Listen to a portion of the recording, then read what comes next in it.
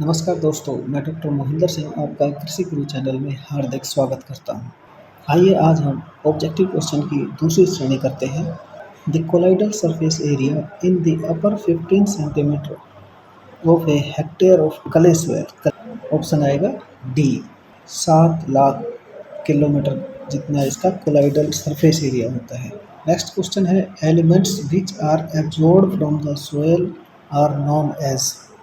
Answer आएगा plant nutrients. Plant component नहीं हो सकते कि प्लांट के कंपोनेंट तो रूट शूट स्टेम ये हुए। प्लांट सप्लीमेंट्स जो बाहर से ऐड हो सकते हैं और प्लांट को फीड करने वाले, तो ये तीनों ही ऑप्शन इसके गलत होते हैं। Which of the following nutrient element are regarded as energy exchanger. Carbon nitrogen हो नहीं सकते क्योंकि ये तो स्ट्रक्चरल है। पोटासियम मैग्नीशियम आयन एक्सचेंज का काम करते हैं। आयरन मैग्नीज और मोलिब्डेनम ये वो माइक्रो न्यूट्रेंट हैं जो ऑक्सीडेशन रिडक्शन में काम आते हैं। तो ये तीनों ऑप्शन गलत होते हैं, तो इसका आंसर होगा hydrogen oxygen. Next question, which of the following element regulate oxidation reduction reaction in plant. हमने ऊपर ही पढ़ा था कि इसके अंदर iron manganese molybdenum copper boron zinc ये वो एलिमेंट्स हैं जो काम करते हैं। Absorption of ions occurring with the aid of metabolic energy। जिसे मेटाबॉलिक एनर्जी की ज़रूरत पड़ती है वो होगा एक्टिव एब्जॉर्प्शन। तो इसके पहला पैसिव एब्जॉर्प्शन जब प्लांट ट्रांसपीरेशन पुल से लेता है, तो मेटाबॉलिक एब्जॉर्प्शन कोई होता नहीं और mass flow absorption passive absorption का ही एक पार्ट है। तो ये तीनों ऑप्शन गलत होते हैं।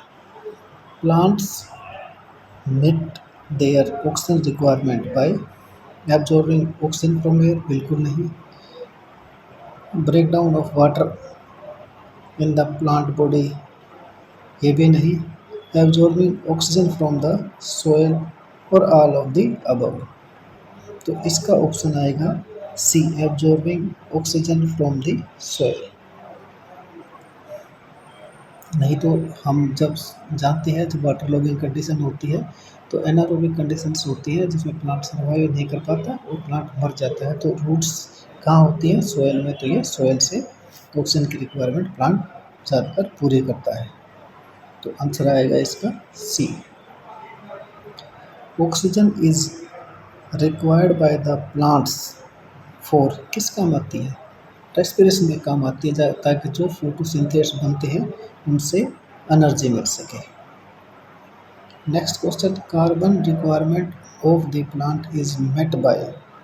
कार्बन डाइऑक्साइड प्लांट कहाँ से लेता है? कार्बन से लेता है। और वो कार्बन कहाँ से आएगा? वो एटमॉस्फेयर से आएगा। ऑर्गेनिक मैटर से पूरा नहीं होता, सोयल मिनरल्स में होता ही नहीं। कार्बन मोनोऑक्साइड प्लांट को टॉक्सिक रहती है, इसलिए ये तीनों आंसर इसके गलत है। नेक्स्ट क्वेश्चन है, hydrogen requirement of the plant is met by. Hydrogen की रिक्वायरमेंट किससे होगी? प्लांट की। Break down of water within the plant, इसका आंसर होगा डी, क्योंकि वाटर का जब इलेक्ट्रोलाइसिस होगा तो साइकिल चलती है, तो वो क्रब साइकिल, और जब ये क्रब साइकिल से वाटर का मूवमेंट होता है तो वहाँ वाटर का ब्रेक डाउन होता है, इलेक्ट्रॉन चार्ज लेते हैं वहाँ से और आगे की प्रोसेस होती है। तो कहाँ से होगी पूरी ये? ब्रेक डाउन ऑफ वाटर से।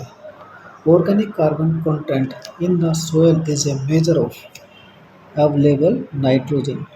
अगर सोयल टेस्ट करते हैं तो अगर कैडजेल असेंबली नहीं है हमारे पास तो हम अवेलेबल नाइट्रोजन का पता ऑर्गेनिक कार्बन से लगा सकते हैं।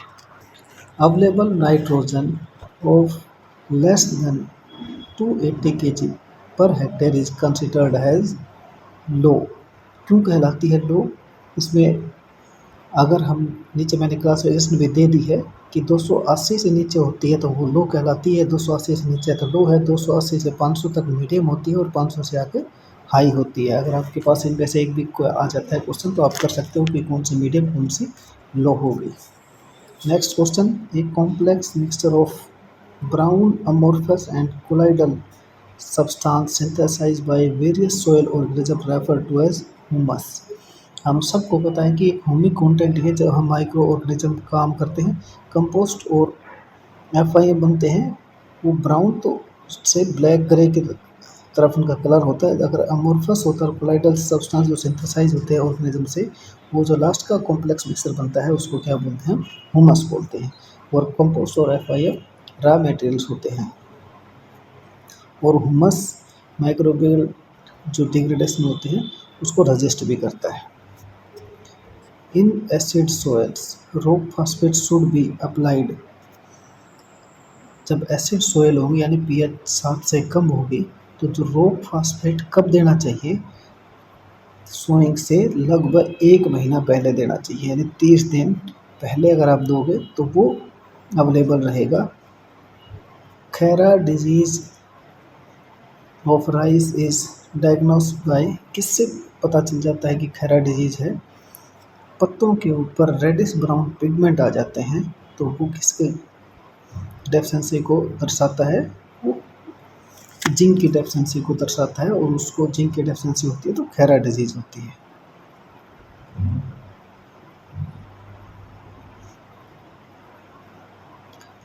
Upward translocation of fluid in the xylem take place due to transpiration pull. तो इसका आंसर आएगा ए, क्योंकि pumping action of guard cell कुछ नहीं होता क्योंकि वो ट्रांसपीरेशन पुल से होता है। सक्शन बाय सनरेज कोई टर्म होती नहीं, तो अबव वाल का तो सवाल ही नहीं उठता। Next question, nitrogen phosphorus potassium calcium magnesium sulphur, ये क्या होते हैं? मैक्रो न्यूट्रेंट्स होते हैं।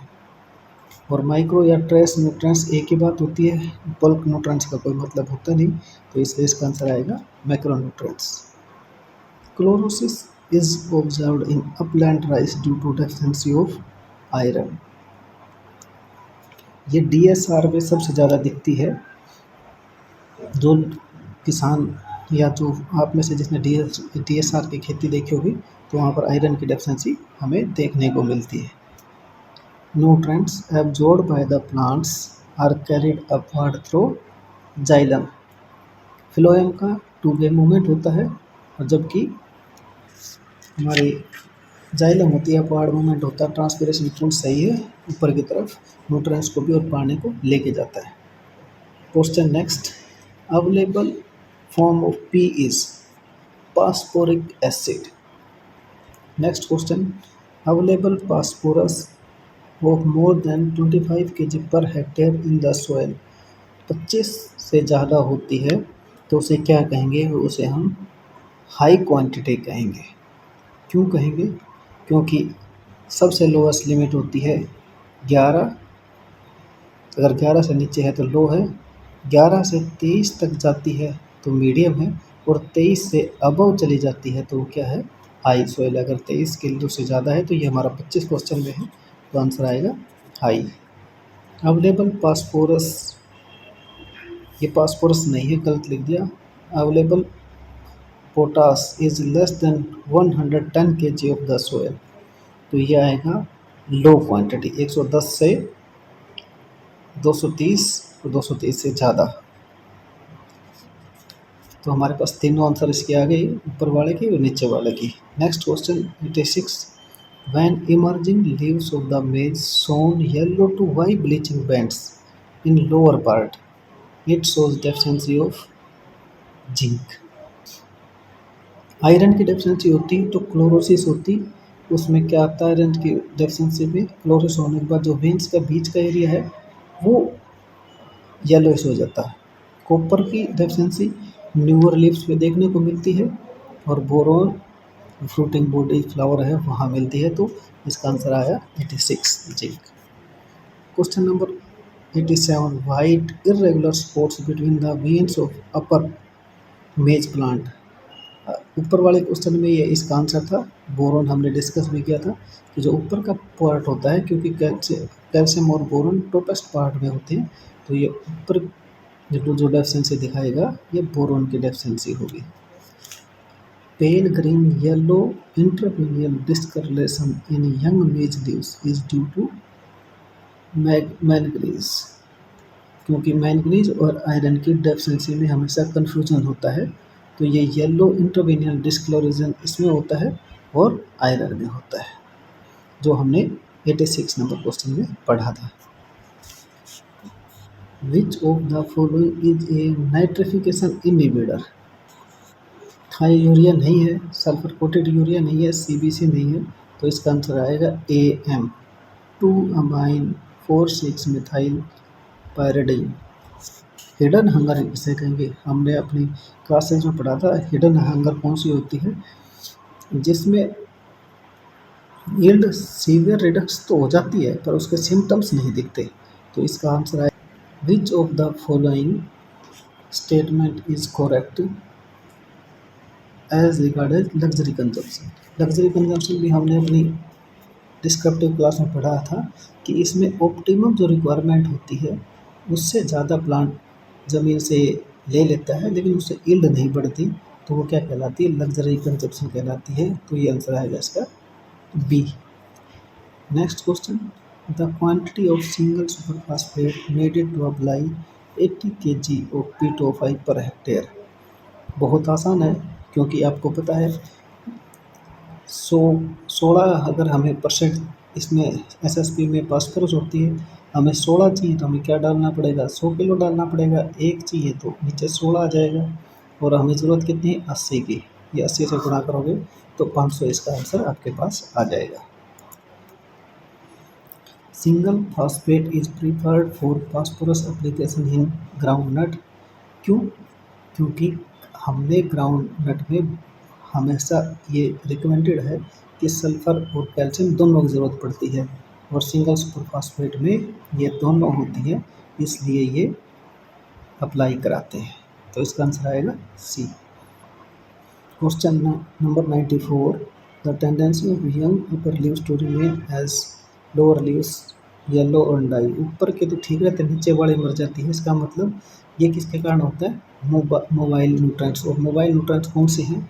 एनपी है, पीबी है और केबी, तीनों मोबाइल है प्लांट्स के अंदर और इसीलिए इनकी डेफिशिएंसी लोअर लीव्स में शो होती है। The sufficiency limit of iron is normally between. Iron की सफिशिएंसी लिमिट कितनी है? 50 से 250। अगर इसकी जगह मैंगनीज आ जाए तो उसकी है 300 से 1000। अगर कोई जिंक की पूछ ले तो जिंक की है 10 से 300। अगर कहीं फास्फोरस की आ जाए तो वो है 20 से 50। The zinc deficiency of rice is cause due to, हमने पहले भी पढ़ लिया इसको, हेरा disease. The quantity of solid phase phosphorus that act as reserve is often refer to as. Intensive factor हो नहीं सकता क्योंकि इंटेंसिव फैक्टर का मतलब होता है कि उसकी वर्केबिलिटी कितनी है। क्वांटिटी ऑलरेडी क्वेश्चन में मेंशन है तो इसका आंसर होगा नहीं, तो आंसर बचता है हमारे पास B, quality factor. Which of the following method is most suitable to increase the availability of soil applied phosphorus? Answer है बैंड प्लेसमेंट।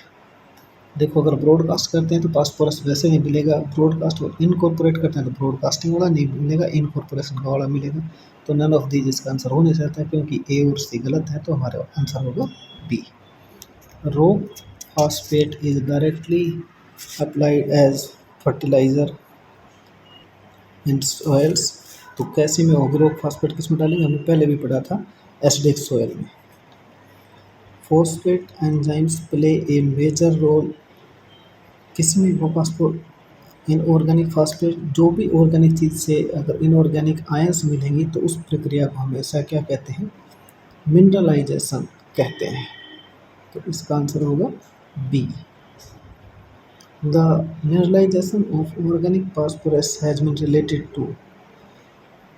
अगर हम बी देखते हैं इसमें फास्फोरस का जिक्र नहीं है, डी में भी नहीं है, सी में भी नहीं है, तो आंसर आएगा हमारा ए, क्योंकि सी एंड पी ये इसकी मिनरलाइजेशन में हेल्प करती है, ये रेशो बहुत काम करती है। The maximum phosphorus availability in most of the soil at the pH range of. Phosphorus सबसे ज़्यादा अवेलेबल रहता है 6 से 6.5 के बीच में। The highest nitrogen content among the commonly use nitrogen fertiliser. हम सब जानते हैं अपने देश में सबसे ज़्यादा जो फर्टिलाइजर होता है वो यूरिया यूज होता है। The application of nitrogen at the time of planting. जब प्लांट लगाते हैं खासकर पल्सेज का, तो उस डोज को क्या कहते हैं, स्टार्टर डोज कहते हैं। बाद में ज़रूरत नहीं पड़ती, क्योंकि उसकी जड़ों में राइजोबियम की गांठें होती है या नाइट्रोजन फिक्सिंग बैक्टीरिया होता है अलग अलग, और वो नाइट्रोजन को फिक्स कर देता है, ज़रूरत नहीं रहती। इसका आंसर एडिशनल डोज ज़रूरत नहीं, क्योंकि एडिशनल डोज तो तब होती है जब किसी चीज़ को फुलफिल करना हो। सिनर्जिक तब होती है जब उसका एडिशनल इफेक्ट लेना हो। तो ये बेसिक डोज जो बेसल में अप्लाई होती है जिसमें एनपीके सब आते हैं, तो ये तीनों गलत हैं। आंसर है starter dose. Ammonium sulphate is preferred for nitrogen application in groundnut because, क्योंकि इसके अंदर हमने पहले पढ़ा, इसके अंदर सल्फर होता है, तो सल्फर और कैल्शियम दोनों ज़रूरत होती है, और सल्फर तेल की मात्रा बढ़ाने में भी हेल्प करता है, इसलिए सल्फर के लिए डालते हैं। The technique used for minimising the loss of nitrogen, अभी 2014 के बाद नीम लेपित यूरिया आया, इसका मतलब बिल्कुल ठीक है। Use of pre incubated urea, ये भी बिल्कुल ठीक बात है। यूज़ ऑफ मड बॉल्स, जहाँ लीचिंग की दिक्कत होती है, तो इसका मतलब ये इसका आंसर होगा D, all of the above. The quantity of urea needed to apply 115 kg of nitrogen to maize, तो इसका आंसर होगा 250, क्योंकि हम जानते हैं अगर हमें 40 किलो देनी है तो हमें 100 किलो यूरिया की ज़रूरत पड़ेगी। एक देना है तो 100/40, और अगर हमें 115 देना है तो 115 से गुणा कर दो, आंसर आएगा 250। The oxidation of ammonia has been termed as nitrification of physical process, तो इसे क्या कहेंगे, बायोलॉजिकल प्रोसेस, क्योंकि केमिकल प्रोसेस और फिजियोकेमिकल प्रोसेस तब होती है तब इसमें ऑर्गेनिज्म इन्वॉल्व नहीं होते, और इस प्रक्रिया में ऑर्गेनिज्म इन्वॉल्व होते हैं, तो ये क्या कहलाती है, बायोलॉजिकल प्रोसेस कहलाती है। The bacteria considered most important to bring out the conversion of ammonia to nitrate, तो कौन से रहेंगे, एजेटोबैक्टर फ्री लिविंग बैक्टीरिया, तो both A and B, nitrosomonas भी है और नाइट्रोबैक्टर भी है, तो ये क्या रहेगा आंसर इसका, बोथ ए एंड बी, सी इसका आंसर रहेगा। The loss of ammonia usually become greater with the soil, अगर सोयल की पीएच बढ़ती है तो अमोनिया का लॉस भी बढ़ेगा। Anaerobic environment in paddy soil is responsible for denitrification, अगर एनारोबिक कंडीशन रहेंगी तो डीनाइट्रिफिकेशन होगा, यानी कि अवेलेबल फॉर्म का नाइट्रोजन गैस के रूप में लॉस होता रहेगा। इस प्रक्रिया को क्या कहते हैं, डीनाइट्रिफिकेशन कहते हैं। To check nitrification, nitrification inhibitor are the mostly used in paddy crop, क्योंकि सबसे ज़्यादा एनारोबिक कंडीशंस पैडी क्रॉप में ही होती है। To prevent denitrification losses of the nitrogen in paddy field, nitrogen should be applied in reduced zone, ताकि वहाँ से denitrification ना हो। Which of the following is considered as biofertilizer? FYM green manure compost bulky manures है, और blue green algae इसका answer होगा कि ये बायो फर्टिलाइजर है। Rhizobium culture is used to increase biological nitrogen fixation in pulses crops. The presence of autotrophic mycorrhiza enhance the uptake of nutrients in general but particularly of phosphorus, क्योंकि माइक्रोजल associations में phosphorus mainly लिया जाता है, Uptake किया जाता है।